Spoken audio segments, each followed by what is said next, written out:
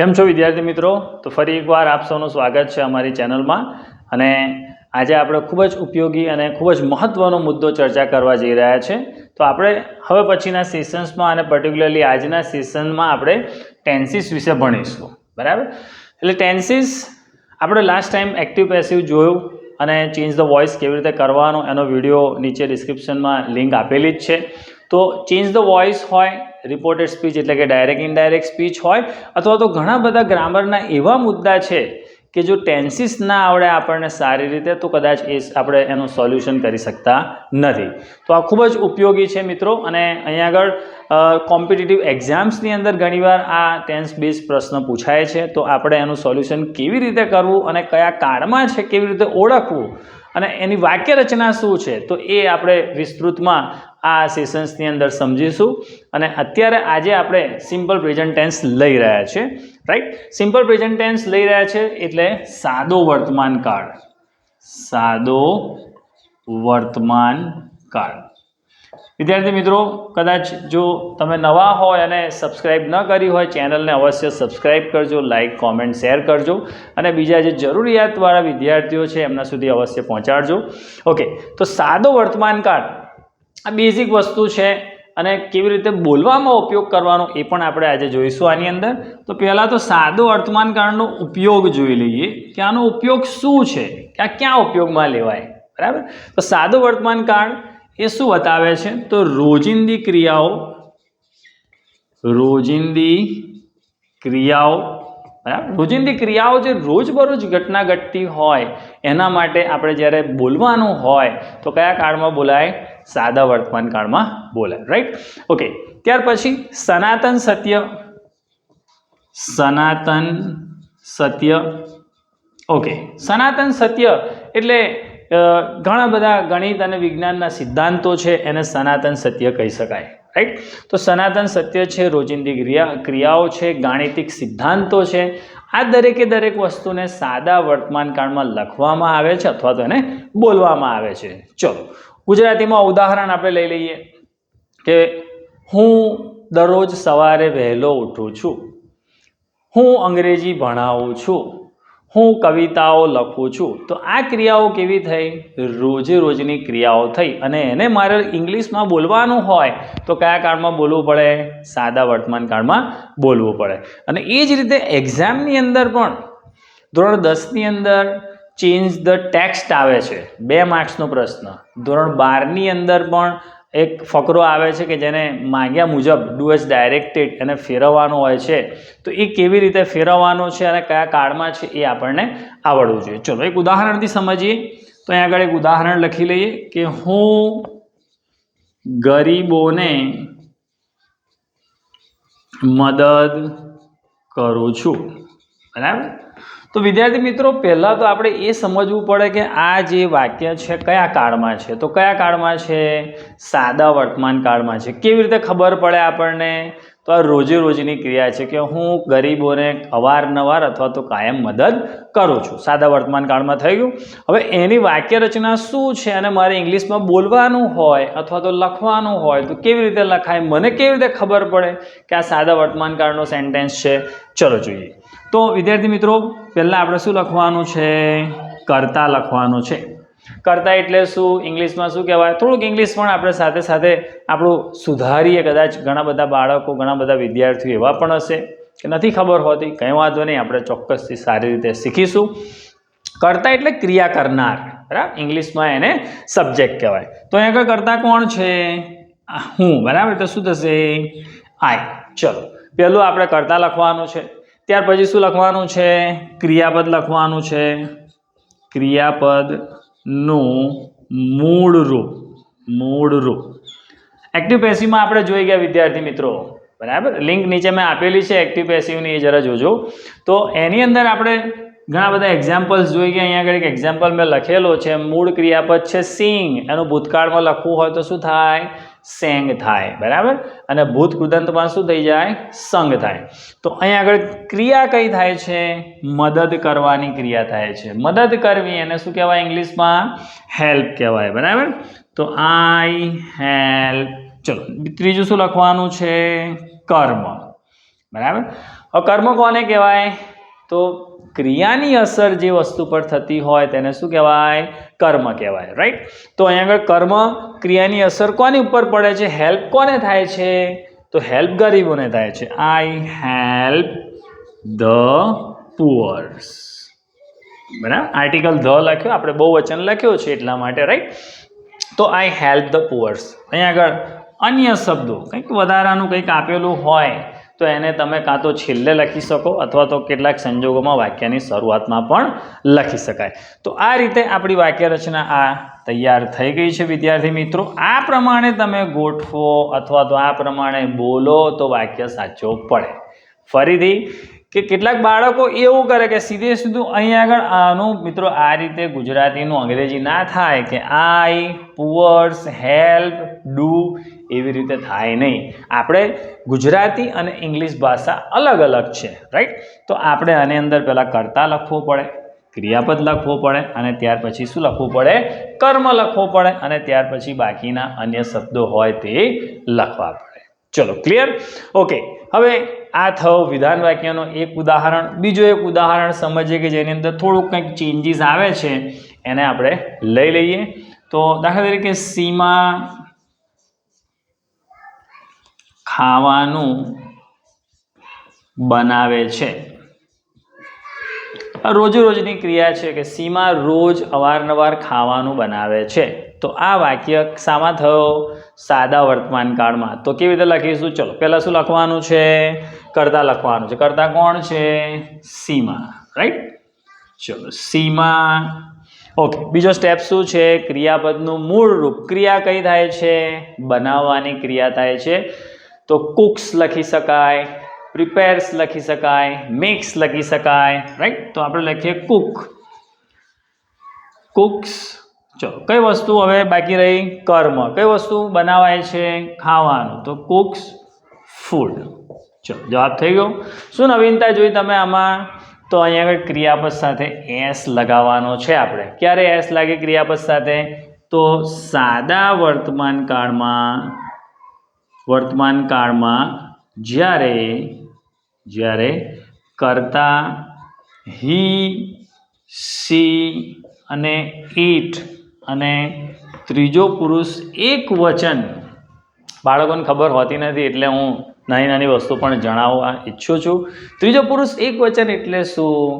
તો અહીંયા આગળ કોઈ વ્યક્તિનું નામ હોય અથવા તો એકને માત્ર એક કોઈ બીજી ત્રીજી વસ્તુની વ્યક્તિની વાત કરી હોય એની વાત છે.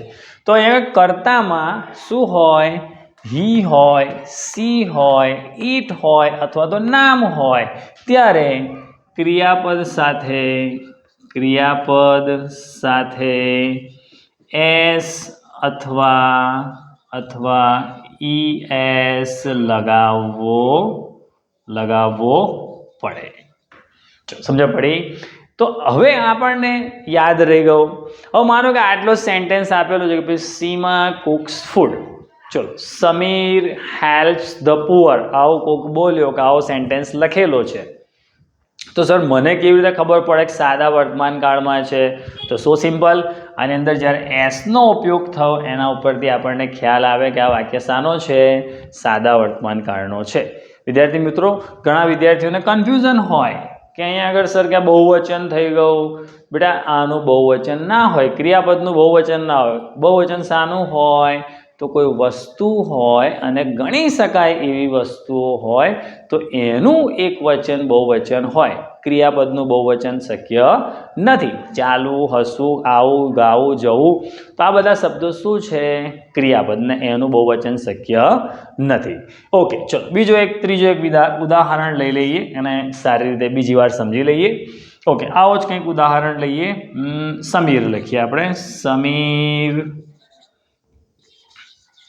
goes to school every day.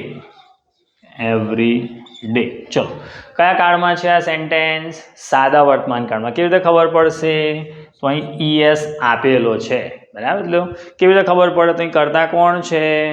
Sameer આપેલો છે. એક્ઝામમાં કેવું આવે છે? ધોરણ 10ની અંદર અને ધોરણ 9ની અંદર આવી રીતે આપેલું હશે. જો સમીર વિલ પછી ખાલી જગ્યા, બરાબર. અધૂરો વાક્ય હોય તો આપણે શું કરવાનું છે? આ ગોઝ છે ને તો ઈએસ આપણે કાઢી નાખવું પડે, અને જો ઈએસ આપ્યું હોય અને અહીંયા આગળ ઈએસ આપ્યું અને આ પ્રકારનું વાક્ય બનાવવાનું હોય ભવિષ્યકાળમાંથી વર્તમાન કાળમાં, તો ત્રીજો પુરુષ એકવચન જ્યાં જ્યાં આવતું હોય ત્યાં આપણે શું લખવું પડે? ક્રિયાપદ સાથે એસ અથવા ઈએસ લગાવવું પડે. ઓકે, તો આ વિદ્યાર્થી મિત્રો થઈ ગયો વિધાન વાક્ય થઈ ગયા. હવે આને પ્રશ્નાર્થ વાક્યમાં કેવી રીતે ફેરવવાનો હોય અથવા તો પ્રશ્નાર્થ વાક્ય આપેલો હોય તો આપણને કેવી રીતે ખબર પડે? તો પ્રશ્નની શરૂઆત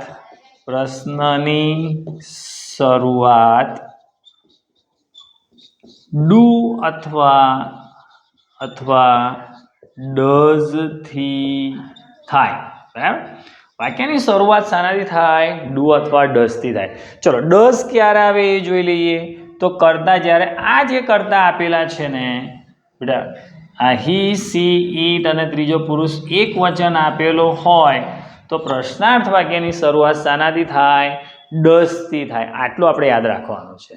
આના વગરના બીજા કર્તા રહ્યા હી, સી, ઈટ અને ત્રીજો પુરુષ એક વચન વગર યુ, આઈ, દે, વી, તો એની સાથે પ્રશ્નની શરૂઆતમાં શું લખવાનું છે? આપણે ડુ. અને આ બાકીનાની સાથે, આ ત્રણની સાથે શું લખવાનું છે? ડઝ લખવાનું છે. ચલો, ઉદાહરણ અહીં જે આપેલું છે એને આપણે જોઈ લઈએ. ચલો, આનો પ્રશ્નાર્થ વાક્ય બનાવવાનો છે. શું કરવાનું? પ્રશ્નની શરૂઆતમાં ડુ અથવા ડઝ. જો અહીં કરતા કોણ છે? આઈ છે, એટલે આપણે શું યુઝ કરવાનો છે? ડુ. ક્યાં યુઝ કરવાનો? વાક્યની શરૂઆતમાં. ડુ લખી દીધું મેં. ઓકે, હવે જ્યારે આઈ આપેલો હોય તો એને પ્રશ્નાર્થ વાક્યમાં ફેરવીએ તો આપણે શું કરવું પડે? યુ કરવું પડે. એટલે હવે આનું આ સેન્ટેન્સ લખવાનું છે. ડુ, આ થઈ ગયું યુ હેલ્પ ધ પુઅર્સ. ચલો, આ જવાબ થઈ ગયો. સોરી, પ્રશ્નાર્થ ચિહ્ન. આ પ્રશ્નાર્થ ચિહ્ન થઈ ગયો, બરાબર. પ્રશ્નાર્થ વાક્ય થઈ ગયું. હવે આવો જ વાક્ય આપેલો હોય તો આપણને કેવી રીતે ખબર પડે કે આ સાદા વર્તમાન કાળનો વાક્ય છે? તો અહીંયા આગળ ડુ આપેલું છે, એના ઉપરથી ખબર પડે આપણને કે આ સાદા વર્તમાન કાળનો છે.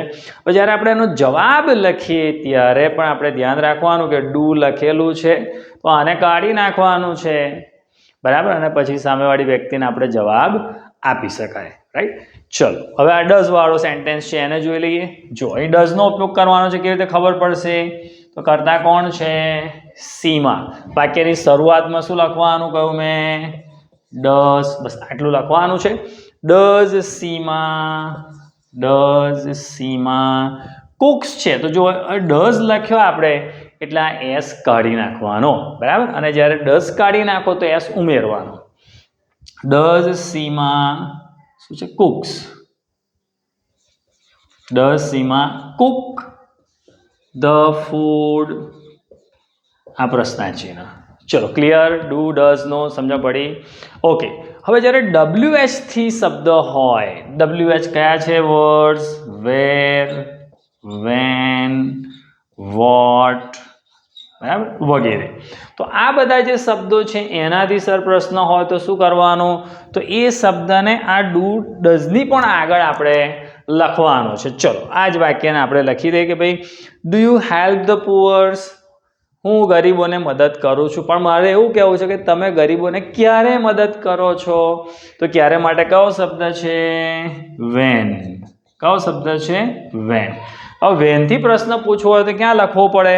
આની પણ આગળ આપણે લખવાનું કે વેન. ઓકે, આ વચ્ચે આવ્યો એટલે ડી નાનો કરવો પડે. When do you help the પુઅર્સ? Clear? Okay, ચલો, આમાં પણ આપણે પ્રશ્ન લખીએ કે ભાઈ સીમા કુક્સ ફૂડ. પ્રશ્ન બનાવો, ડઝ સીમા કુક ફૂડ? મારે એમ કહેવું છે કે સીમા ક્યાં ખોરાક બનાવે છે, ક્યાં ખાવાનું બનાવે છે? તો ક્યાં માટે કયો શબ્દ છે? વેર. તો ક્યાં લખવાનો? ડુ, ડઝની પણ આગળ. તો વેર ડઝ, આ ડી કેવો થઈ જાય? Small letter. Where does Seema Cook the food? Clear? તો સાદા વર્તમાન કાળમાં મિત્રો બસ આટલું આપણે યાદ રાખવાનું છે. ફરીથી 1 મિનિટ વધારે લઈને રિવિઝન જોઈ લઈએ. ખબર કેવી રીતે પડે આપણને કે વાક્ય સાદા વર્તમાન કાળનો છે? તો જો અહીંયા આગળ વિધાન વાક્ય હશે તો ક્રિયાપદનું મૂળ રૂપ આપેલું હશે, બરાબર. હેલ્પ આપેલું છે, હેલ્પ્ડ આપેલું ના હોય, રાઈટ? ઓકે. અને જ્યારે કર્તા ત્રીજો પુરુષ એક વચન હશે તો ક્રિયાપદ સાથે શું આપેલું હશે? એસ આપેલું હશે. એના પરથી પણ ખબર પડે કે આ રોજે રોજની ક્રિયા છે. ઓકે. ત્યાર પછી પ્રશ્નાર્થ વાક્ય હશે તો શું હશે? કાં તો ડુ આપેલું હશે અથવા તો ડઝ આપેલું હશે. તો આ રીતે તમે જો પ્રેક્ટિસ કરો મિત્રો તો બોલતા શીખી શકાય.